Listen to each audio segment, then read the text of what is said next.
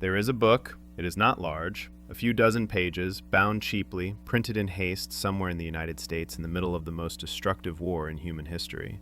On the cover, and stamped again across the top and bottom of nearly every page inside it, is a single word: restricted. It is a pilot's manual, technical order number 0160JE-1, and it describes, in flat and careful language, a single-seat fighter aircraft, its engine, its fuel, its guns, the precise temperatures at which its coolant must not be exceeded. It is, on its face, one of the least romantic documents imaginable.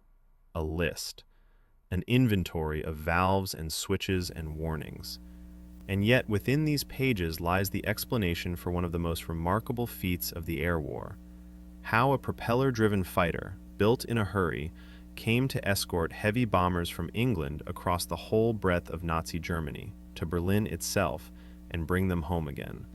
How, from a scarred volcanic island in the Pacific, the same aircraft flew across open ocean to the skies above Tokyo and returned, missions of more than 7 hours over water that offered no mercy to a man who came down in it.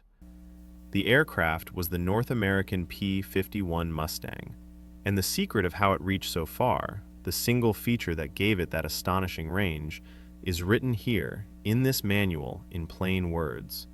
So too is the warning, because the very thing that let the Mustang fly to Berlin and back could, if the man in the cockpit was careless, kill him on the way home. This is the story of the airplane, told through the book that taught men to fly it. By the winter of 1943, the daylight bombing campaign over Europe was in crisis. The theory had been elegant. Massed formations of 4-engined bombers bristling with defensive guns would fly deep into German territory in broad daylight, bomb with precision, and defend themselves. They would not need fighter escort because no fighter then existing could fly far enough to accompany them all the way to the target. The theory died over the cities of Germany. When the bombers pushed beyond the range of their short-legged escorts, the German fighters fell upon them in the clear. The losses were not sustainable. On a single mission against the ball-bearing works at Schweinfurt, dozens of bombers simply did not come back. Hundreds of men, gone in an afternoon. The arithmetic was brutal, and it was final. Without a fighter that could go all the way, the campaign would have to be abandoned. And here is the problem that haunted every air force on every side throughout the war. A fighter is a compromise. To turn and climb and fight, it must be light. But to fly far, it must carry fuel, and fuel is heavy. The further you want to go, the more you must carry, and the more you carry, the worse you fight when you arrive. Every nation's engineers had run into this same wall. A fighter that could reach Berlin, it was assumed, would be too fat and sluggish to survive once it got there. What was needed was an aircraft that broke the rule, one that could carry enough fuel to cross a continent and still arrive ready to fight the best the enemy could put into the sky. That aircraft was about to arrive, and the answer to how it managed the impossible begins not with its wings or its guns, but with its heart. Open the manual to its description of the power plant, and the language is dry as dust. The Packard-built Rolls-Royce V1650-7, it reads, 12-cylinder engine incorporates a 2-speed, 2-stage supercharger. Read past the dryness, and that single sentence is the first half of the secret. The Mustang had not always carried this engine. In its first form, it had flown behind an American Allison engine, a fine power plant low down, but one that lost its breath at altitude, gasping in the thin air where the great air battles were fought. An aircraft is only as good as the air its engine can breathe, and high above the earth there is simply less of it. The early Mustang, for all the promise of its airframe, was choked at the very heights where it most needed to fight. The cure came from Britain, the Rolls-Royce Merlin, the same engine that had powered the Spitfire through the Battle of Britain. And the heart of the Merlin's genius was that supercharger the manual describes so plainly. A 2-stage, 2-speed device, in effect an air pump driven by the engine itself, cramming the thin, high-altitude air back up to the density the engine craved. 2 stages, compressing the air twice over. 2 speeds, so that the pump could change its own gearing as the aircraft climbed. And here the manual reveals a detail that speaks to the sophistication hidden inside this machine. The pilot did not have to manage that gear change himself, juggling it amid the chaos of combat. An aneroid switch, the book states, automatically controls the supercharger shift. A pressure-sensing device, reading the altitude, deciding for itself the instant the second gear was needed, and engaging it. The aircraft, in this one small respect, flew part of itself. Now the Mustang could breathe at altitude. Now it could climb to where the bombers flew, 5 and 6 miles up, and fight there with its full strength. The first half of the secret was an engine that did not falter in the thin, cold air near the top of the sky. But an engine that powerful runs hot, ferociously hot, and the way the Mustang dealt with its own heat would turn out to be a second piece of quiet genius, one that, almost unbelievably, helped push the aircraft forward. Every engine of this kind must be cooled, and cooling means radiators, and radiators mean drag. To cool a hot engine, you must pass air over it, and air passing over anything in flight drags at the aircraft, slowing it, costing fuel. For most fighters, the cooling system was simply a tax, a penalty paid in speed for the privilege of not melting the engine. The manual shows the Mustang's cooling system in a detailed cutaway, and at first it looks conventional enough. 2 cooling systems, the text explains, one for the engine itself, and one, remarkably, devoted entirely to cooling the supercharged fuel-air mixture before it entered the cylinders, by way of an aftercooler. The great radiator sits not in the nose, where one might expect, but tucked into the belly of the aircraft, well aft, fed by a scoop beneath the fuselage. And that placement was no accident. For inside that belly duct, the engineers had worked something close to alchemy. As air rushed into the scoop and passed across the hot radiator, it was heated. Heated air expands, and the duct had been shaped so that this hot, expanding air was channeled and accelerated out of an exit at the rear, squeezed out behind the aircraft like a faint, gentle jet. The heat that the radiator dumped into the airflow was not entirely wasted as drag. A portion of it was recovered, pushed out the back as thrust. It did not turn the radiator into an engine, but it very nearly canceled out the drag the radiator should have caused. The Mustang carried one of the largest cooling systems of any fighter of the war, and paid almost nothing for it in speed. A penalty that every other designer simply accepted, the Mustang's creators had quietly, cleverly refused to pay. An engine that breathed at altitude, a cooling system that cost almost nothing. Already this was an exceptional aircraft, but neither of those things explains the feat that made the Mustang a legend. Neither of them explains how it crossed a continent. For that, we must turn to the most important pages in the entire manual, and to the warning printed there in capital letters. To understand what comes next, sit for a moment where the pilot sat.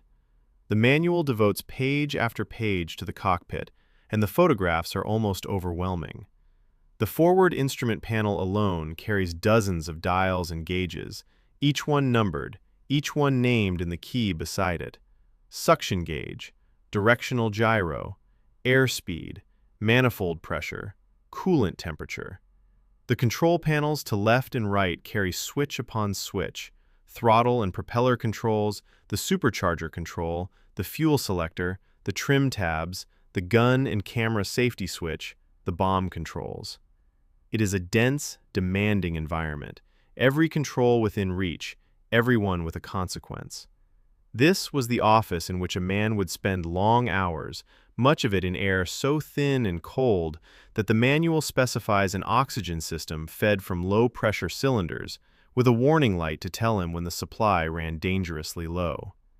There is a parking brake handle, a map case, a handle to crank the canopy closed. The mundane and the lethal, side by side. And somewhere in that forest of controls is a single switch that seems modest enough, the fuel selector control, a handle that chooses which tank the engine draws from. It is, in a sense, the most important control in the airplane, because the Mustang's great secret was not its engine, nor its cooling, nor its guns. It was where it kept its fuel. Here is the page, the fuel system diagram.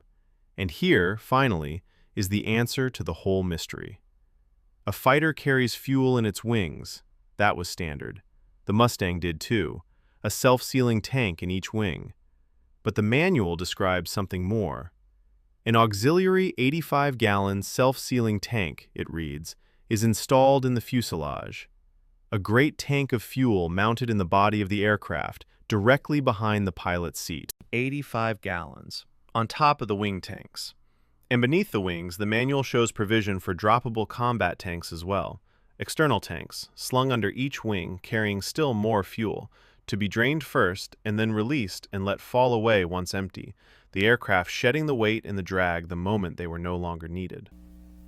Add it together and the numbers become extraordinary.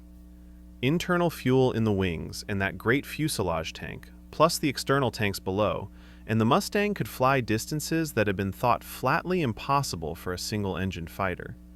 It could lift off from a field in eastern England, climb to meet the bombers, cross the North Sea, cross the occupied Low Countries, cross Germany itself, fight over the target, and fly all the way home, and have fuel to spare.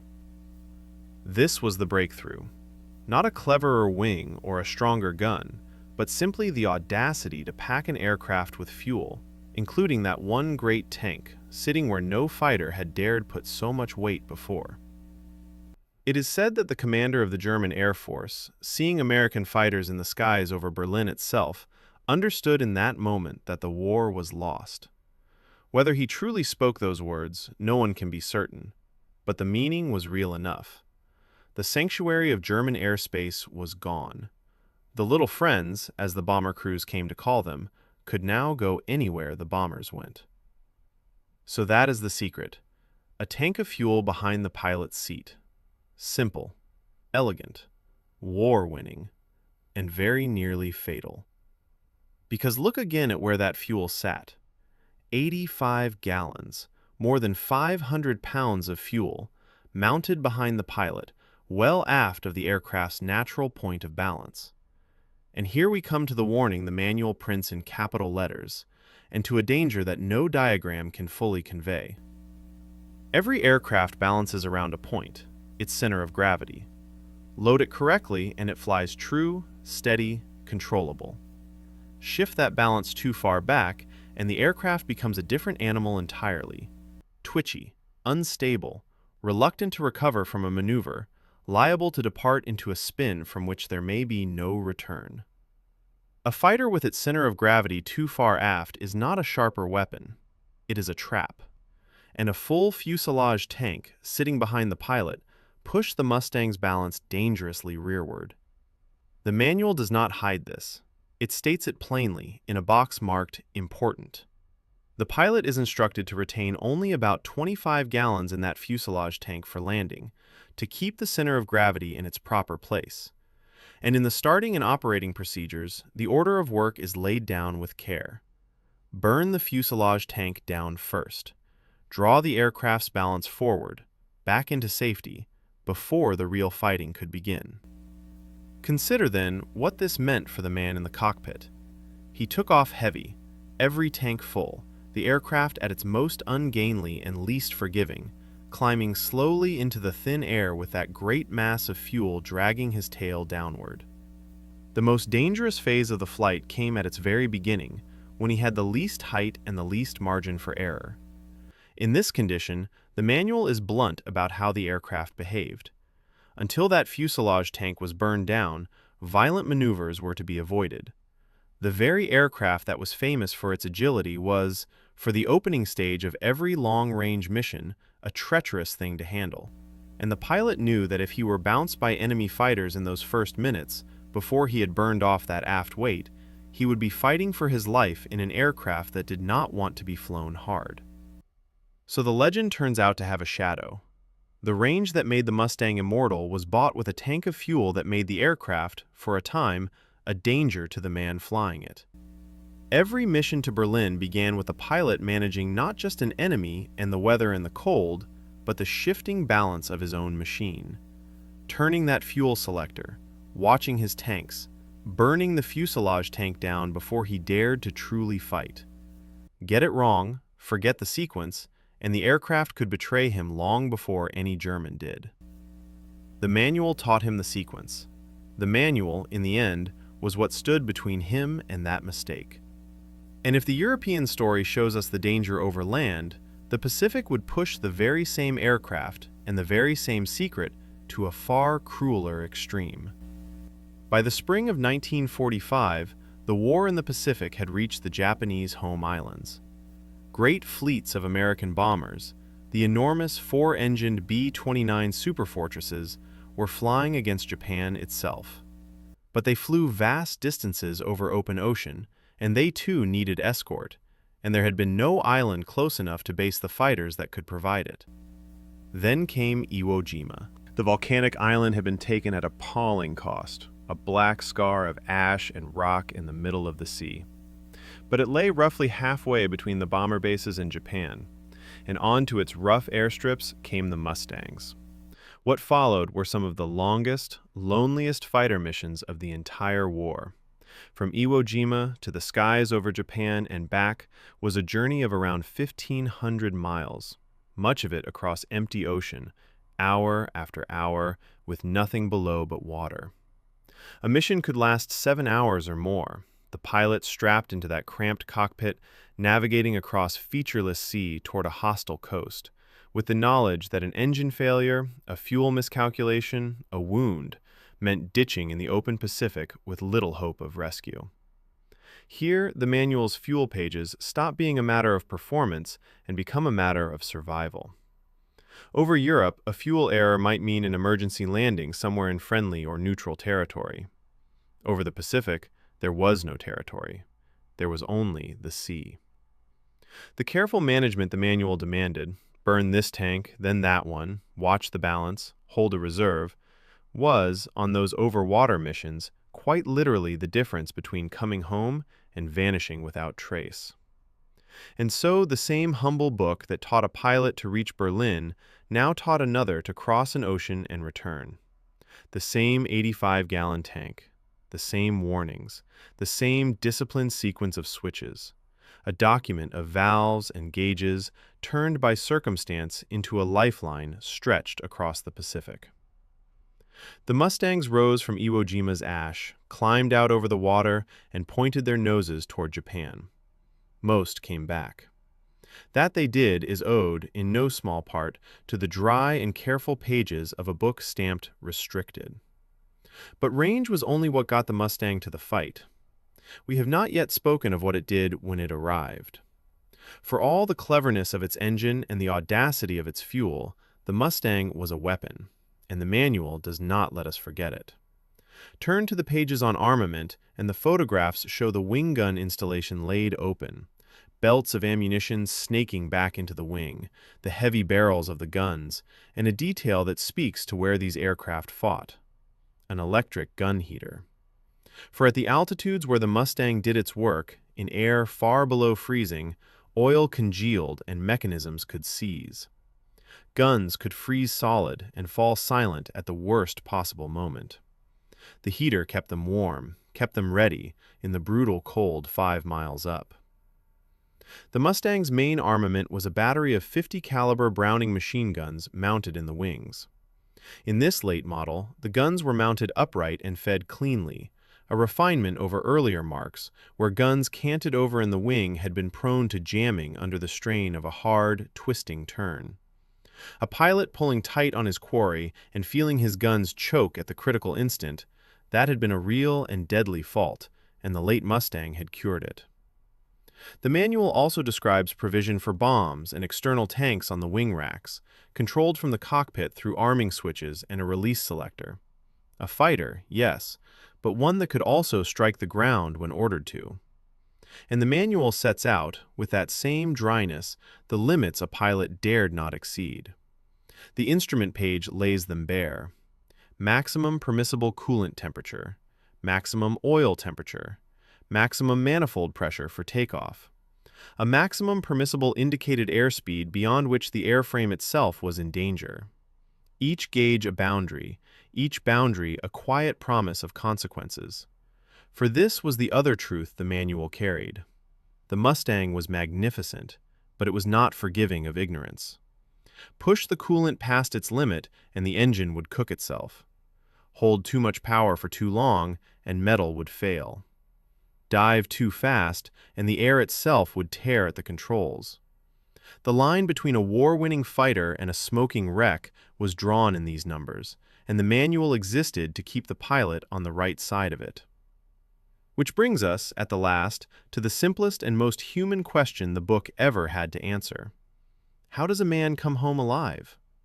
The final pages we shall consider are not about speed or range or guns. They are about survival. The manual sets out the aircraft's armor, diagrams showing the steel plate behind the pilot's head and back, the thick armor glass before his face, the protection wrapped around him and the most vital parts of the machine. It is a sobering image, a careful accounting of exactly how much steel stood between a man and the rounds an enemy fighter would send his way. Someone had calculated those thicknesses.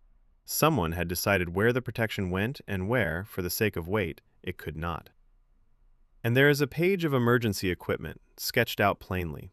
The release handle to jettison the canopy, the oxygen regulator and its bypass, the landing gear emergency release, the signal pistol, the first aid kit, the landing gear warning light.